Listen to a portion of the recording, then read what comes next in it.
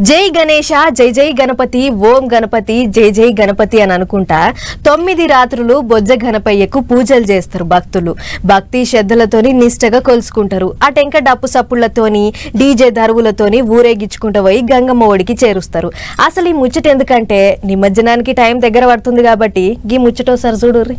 నవరాత్రులు జోరుగా అవుతున్నాయి. మండపాల కాడ పెద్ద పూజలు పొద్దు మాపు అయితేనే ఉన్నాయి. 5వ నాటి సందే ఆడాడ నిమజ్జనాలు సాలైతేనే ఉంటాయి. ఇక పట్నంలో బొమ్మలు పెట్టుకున్న భక్తులు ఎక్కడ నిమజ్జనం చేయాలంటారా? పోయినేడు లెక్కనే ఈ ఏడు కూడా ట్యాంకు బండు కాడ నిమజ్జనాలు లేవు అనుకున్నారు కానీ నిమజ్జనాలు చేసుకునేందుకు రాష్ట్రం పెద్ద కోటోళ్ళు పచ్చ జెండా ఊపిరాటనుళ్ళు.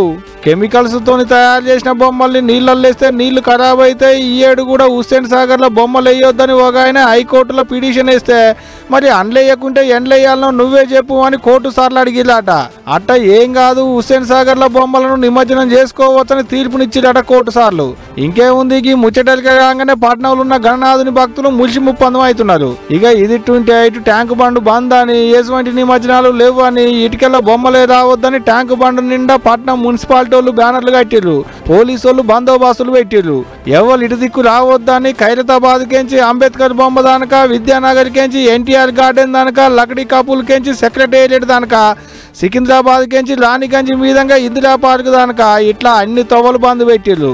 ఇక ఇప్పటి వరకు సర్కారు అయితే నిమ్మలంగానే ఉన్నారు కానీ ఇక చూడాలి నిమజ్జనానికి ఎటువంటి సవలతులు చేస్తారు ట్యాంకు బండ్ మీద ఏంది అనేదిగా.